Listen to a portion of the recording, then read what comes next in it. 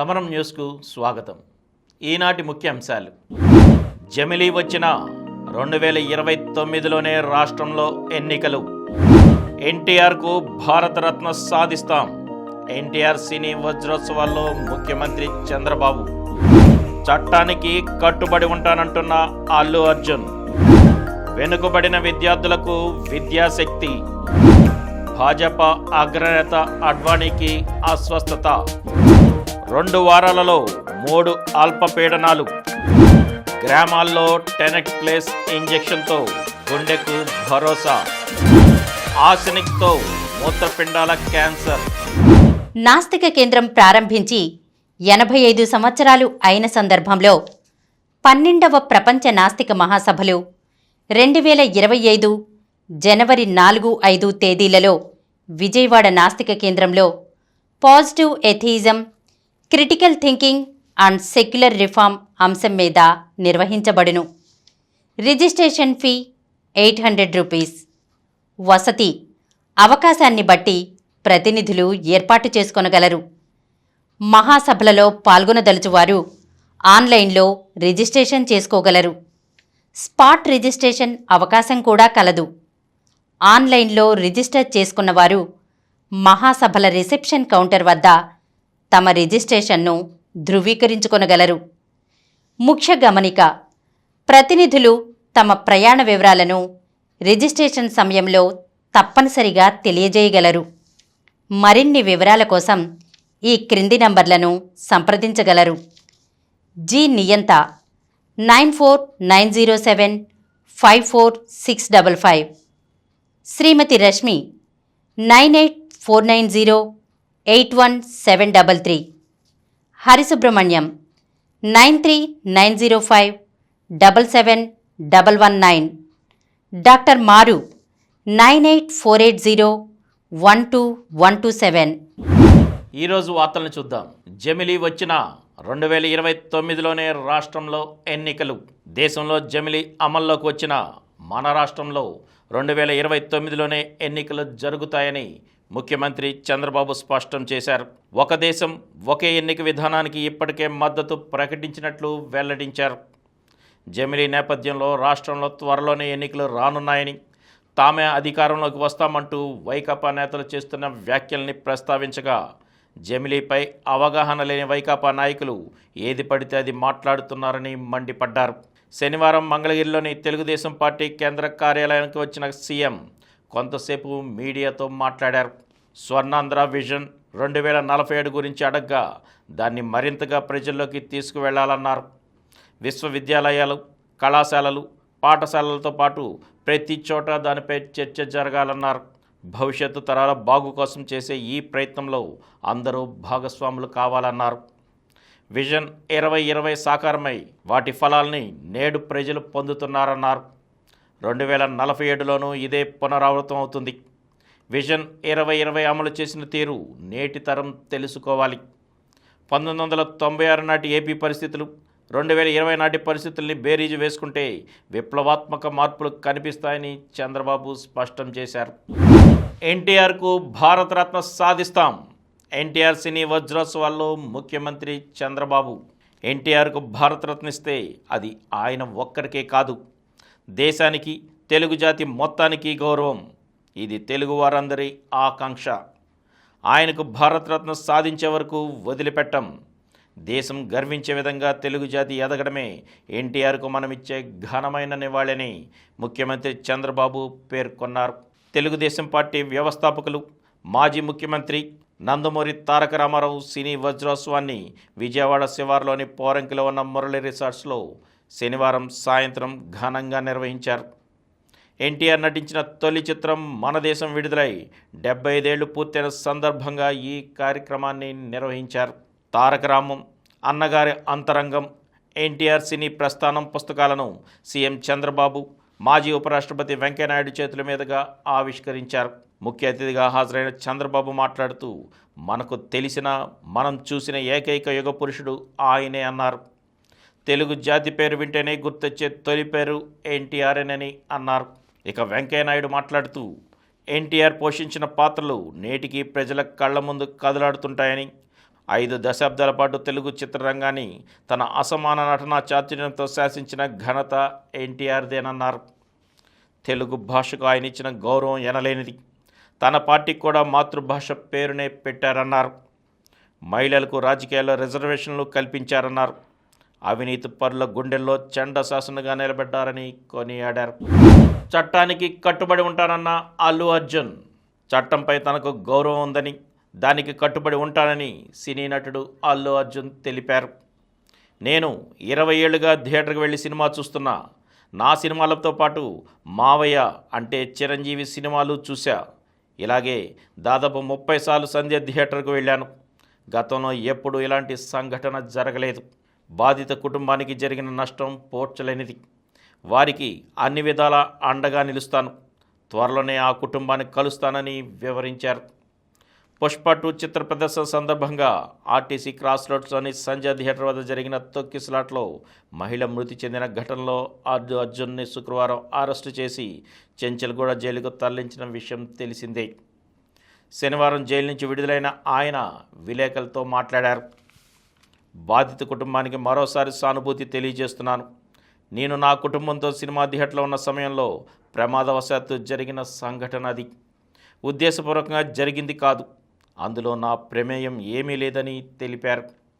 ఈ వ్యవహారంలో ప్రభుత్వం వ్యవహరించిన తీరుపై కొందరు విలేకరులు ప్రశ్నించగా అది చట్ట పరిధిలో ఉన్న అంశమని, దాని గురించి మాట్లాడబోనని చెప్పి అల్లు అర్జున్ ఇంటి లోపలికి వెళ్ళిపోయారు. సినీ నటుడు అల్లు అర్జున్కు ముఖ్యమంత్రి చంద్రబాబు శనివారం ఫోన్ చేశారు. అల్లు అర్జున్ చెంచల్గూడ జైలు నుంచి విడుదలైన అనంతరం ఆయన్ను చంద్రబాబు పరామర్శించారు. జైలు నుంచి ఇంటికి వచ్చిన అల్లు అర్జున్ను పలువురు సినీ ప్రముఖులు పలకరించారు. భాజపా అగ్రనేత అడ్వాణీకి అస్వస్థత. భాజపా అగ్రనేత మాజీ ఉప ప్రధాని ఎల్కే అడ్వాణీ తీవ్ర అనారోగ్యంతో ఢిల్లీలోని ఇంద్రప్రస్థ అపోలో ఆసుపత్రిలో చేరారు. వైద్యులు ఆయనకు చికిత్స అందిస్తున్నారు. అడ్వాణీ ఐసీయూలో చికిత్స పొందుతున్నారు. వైద్య పరీక్షలు చేయడంతో పాటు మందులను అందిస్తున్నామని శనివారం ఆసుపత్రి వర్గాలు వెల్లడించాయి. Neurology senior consultant doctor Vineet Suri పర్యవేక్షణలో ఆయన ఉన్నారని, ఆరోగ్యం నిలకడగా ఉందని తెలిపాయి. ఏ అనారోగ్యంతో ఆయన ఆసుపత్రిలో చేరారనే విషయాన్ని ఆసుపత్రి వర్గాలు వెల్లడించలేదు. 96 ఏళ్ల అడ్వాణీని 2 రోజుల కిందటే ఆసుపత్రిలో చేర్చినట్లు విశ్వసనీయ వర్గాలు వెల్లడించాయి. ఘనంగా మానవ వికాస వేదిక 20 వసంతాల వేడుకలు. హైదరాబాద్లోని బాట సింగారంలో హ్యూమనిస్ట్ సెంటర్లో డిసెంబర్ 14-15 తేదీలలో మానవ వికాస వేదిక 20 వసంతాల వేడుకలు ఘనంగా నిర్వహింపబడ్డాయి.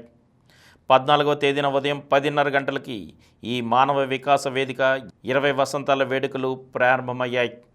తొలుత స్వేచ్ఛాలోచన అసోసియేట్ ఎడిటర్ శ్రీ హనుమంతరావు అందరికీ జై హింద్ అని చెప్పి స్వాగతం పలికారు. ప్రారంభ సభలో పెరియార్ యూనివర్సిటీ మాజీ వైస్ ఛాన్సలర్ శ్రీ కొమరేషన్, నాస్తి కేంద్రం అధ్యక్షులు డాక్టర్ సమరం, ఫెరా అధ్యక్షులు డాక్టర్ నరేంద్ర నాయక్, ఫెరా జాతీయ ప్రధాన కార్యదర్శి డాక్టర్ సుదేష్ ఘోడేరావు తదితరులు వేదికని అలంకరించారు. మానవ వికాస వేదిక అధ్యక్షులు శ్రీ బి సాంబశివరావు సభకు అధ్యక్షత వహించారు. మహాసభల ముఖ్య అతిథి డాక్టర్ కె వీరమణి అనారోగ్య కారణాల వల్ల రాలేకపోయినందున ఆయన వీడియో సందేశాన్ని ప్రదర్శించారు. ఈ సందర్భంలో పలువురు నాస్తిక నాయకులు, హేతువాద, అభ్యుదయ సంఘాల నాయకుల్ని సన్మానించారు. హ్యూమనిస్ట్ సెంటర్లో గౌతమ బుద్ధ, డాక్టర్ బిఆర్ అంబేద్కర్, పెరియార్ రామస్వామి, జ్యోతిరావు ఫూలే, సావిత్రిబాయి ఫూలే, భగత్ సింగ్ విగ్రహావిష్కరణలు జరిగాయి.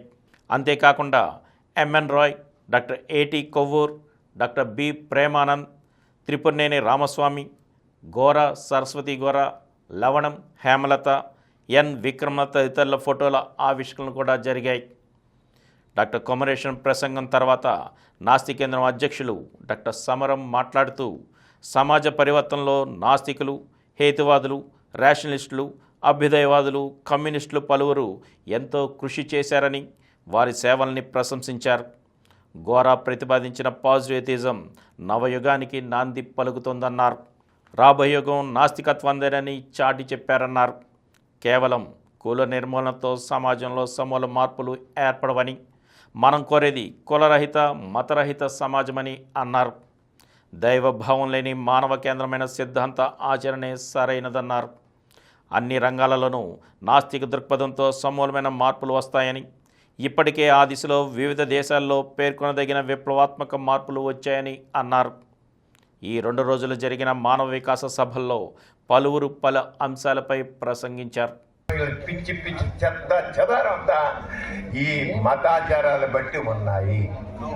అంచేత మనం కేవలం మూఢనమ్మకాలకు ఖండిస్తే సరిపోదు. దేవుడు లేని చెప్పాల్సిందే, మతాన్ని పూర్తిగా వ్యతిరేకించాల్సిందే. మతాన్ని మతాచారాల్ని వ్యతిరేకించకపోతే ఈ మూఢనమ్మకాలు ఎలాగ ఉంటాయి? ఒక బాబా పోతే ఇంకో బాబా వస్తాడు, ఒక స్వామి పోయి స్వామీజీ పోయి స్వామీజీ వస్తాడు. మనకు అంతే స్పష్టంగా ఈ మూఢనమ్మకాలు, ఈ బాణమతి కావచ్చు, చేతపడి కావచ్చు, ఇంకోటి కావచ్చు, అన్నిటికీ మూలం ఈ దేవుడు, అలౌకిక శక్తులు ఇవన్నీ కూడా దైవ మతం ద్వారానే వచ్చాయి. మతానికి మూలం దేవుడు, దైవ కేంద్రం. వెనుకబడిన విద్యార్థులకు విద్యాశక్తి. ప్రభుత్వ పాఠశాలలు, జూనియర్ కళాశాలలో చదువులో వెనుకబడిన విద్యార్థులకు అదనంగా ఆన్లైన్లో బోధన అందించేందుకు పాఠశాల విద్యాశాఖ చర్యలు చేపట్టింది. ఐఐటి మద్రాసులోని IITM Pravartak technology innovation hub ద్వారా ఆన్లైన్ తరగతుల నిర్వహణ చేపట్టింది. దీనికి విద్యాశక్తి కార్యక్రమంగా నామకరణం చేసింది. విద్యలో పలు సంస్కరణల కోసం ప్రభుత్వం ఇటీవల ఐఐటి మద్రాసుతో ఒప్పందం చేసుకుంది. ఇందులో భాగంగా పాఠశాల విద్యాశాఖ వెనుకబడిన విద్యార్థులకు అదనపు తరగతుల నిర్వహణ చేపట్టింది. ప్రస్తుతం గుంటూరు, చిత్తూరు జిల్లాల్లో ప్రయోగాత్మకంగా అమలు చేస్తున్నారు. ఇక్కడ వచ్చే ఫలితాల ఆధారంగా వచ్చే విద్యా సంవత్సరం నుంచి రాష్ట్ర వ్యాప్తంగా ఈ విధానాన్ని ప్రవేశపెట్టాలని భావిస్తున్నారు. 2 వారాలలో 3 అల్పపీడనాలు. ఉపరితల ఉష్ణోగ్రతలు, ఇతర వాతావరణ పరిస్థితులు అనుకూలించడంతో బంగాళాఖాతంలో వెనువెంటనే అల్పపీడనాలు ఏర్పడుతున్నాయి. ఈ నెల 7న ఒకటి ఏర్పడగా అది తీవ్ర అల్పపీడనంగా బలపడింది. దీని ప్రభావంతో తమిళనాడులో పాటు ఆంధ్రప్రదేశ్లోని ఉమ్మడి నెల్లూరు, చిత్తూరు జిల్లాలను భారీ వర్షాలు ముంచెత్తాయి. సోమవారం ఆగ్నేయ బంగాళాఖాతంలో మరో అల్పపీడనం ఏర్పడనుంది. 2 రోజుల్లో మరింత బలపడి తమిళనాడు తీరం వైపు ప్రయాణించనుంది. దీని ప్రభావంతో మంగళ బుధవారాల్లో తమిళనాడు, రాష్ట్రంలోని ఉమ్మడి ప్రకాశం, శ్రీ పొట్టి శ్రీరాములు, నెల్లూరు, తిరుపతి, చిత్తూరు జిల్లాల్లో భారీ వర్షాలు కురవచ్చని భారత వాతావరణ విభాగం అంచనా వేస్తోంది. మిగిలిన ప్రాంతాల్లో తేలికపాటి నుంచి ఓ మోస్తరు వర్షాలకు అవకాశం ఉంది. ఈ అల్పపీడనం వాయుగుండంగానూ రూపాంతరం చెందుతుందని శాస్త్రవేత్తలు చెబుతున్నారు. అది తీరాన్ని తాకిన వెంటనే 17న అండమాన్ పరిసరాల్లో మరో అల్పపీడనం ఏర్పడవచ్చని ఐరోపాకు చెందిన మోడల్ సూచిస్తోంది. గ్రామాల్లో టెనెక్ట్ ప్లేస్ ఇంజెక్షన్లతో గుండెకు భరోసా. గుండె నొప్పికి గురైన వారికి గోల్డెన్ అవర్లో అత్యవసర చికిత్స కింద ఉచితంగా ఎన్డీఏ ప్రభుత్వం అందిస్తున్న ఖరీదైన ఇంజెక్షన్తో విలువైన ప్రాణాలు నిలుస్తున్నాయి. హబ్ అండ్ స్పోక్ అంటే టెలిసెంటర్లతో ఆసుపత్రుల అనుసంధానం ద్వారా గత జూన్ నుంచి నవంబర్ 30 వరకు 971 మందికి గుండెపోటు రోగులకు టెనెక్ట్ ప్లేస్ ఇంజెక్షన్ ఇచ్చారు. ఈ చికిత్సను ఎలివేషన్ మయోకార్డియల్ ఇన్ఫ్రాస్ట్రక్చర్ పేరుతో అందిస్తున్నారు.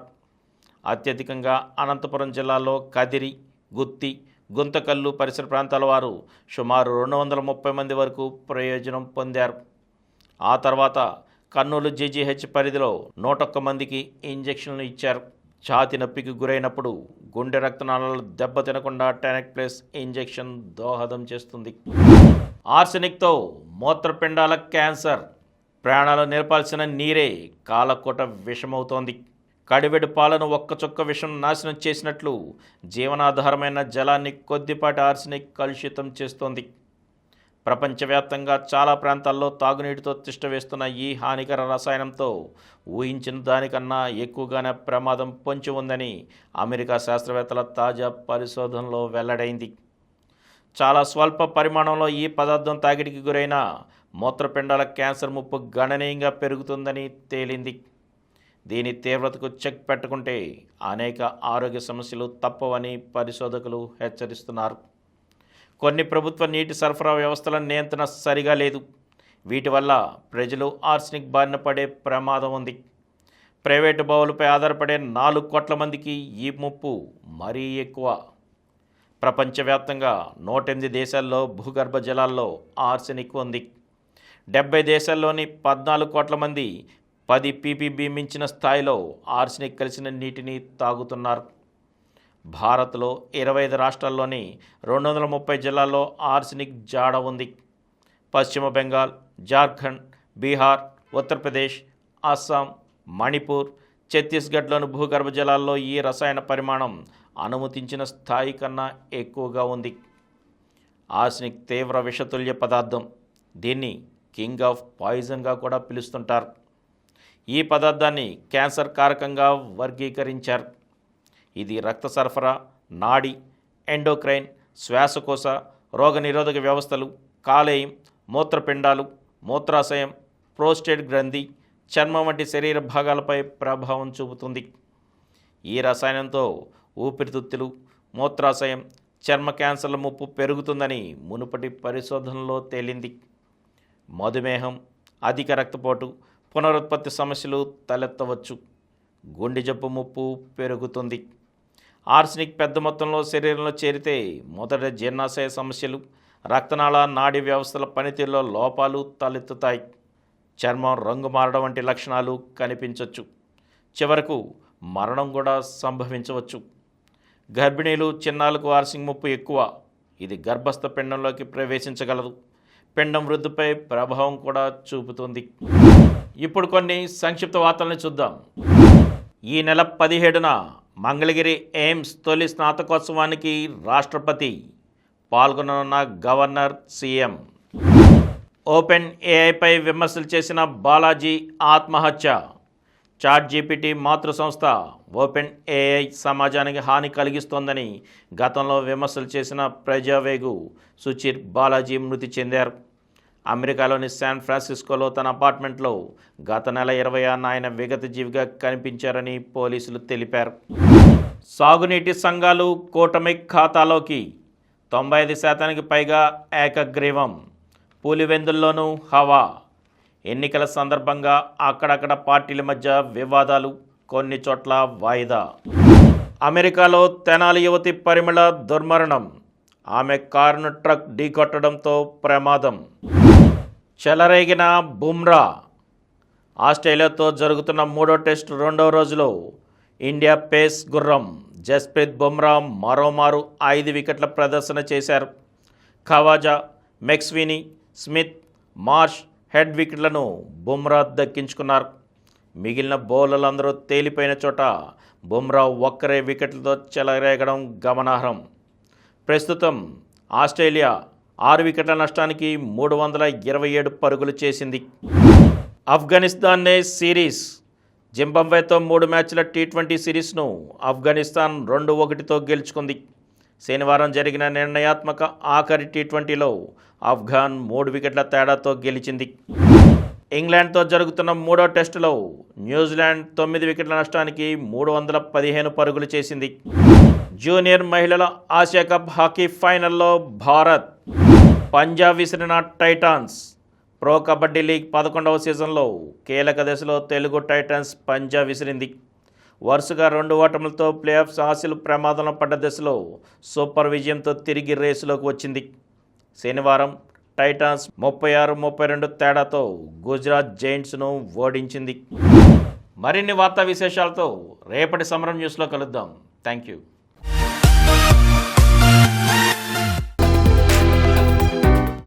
ప్రతిరోజు వార్తా విశేషాల కోసం అనతి కాలంలోనే 20 కోట్ల వ్యూస్ సాధించిన సమరం ఛానల్ సమర్పించు సమరం న్యూస్ ఛానల్కు సబ్స్క్రైబ్ చేయండి, లైక్ చేయండి, మీ ఫ్రెండ్స్కి షేర్ చేయండి. అలాగే ప్రక్కనున్న గంట సింబల్ని ప్రెస్ చేయడం మర్చిపోకండి.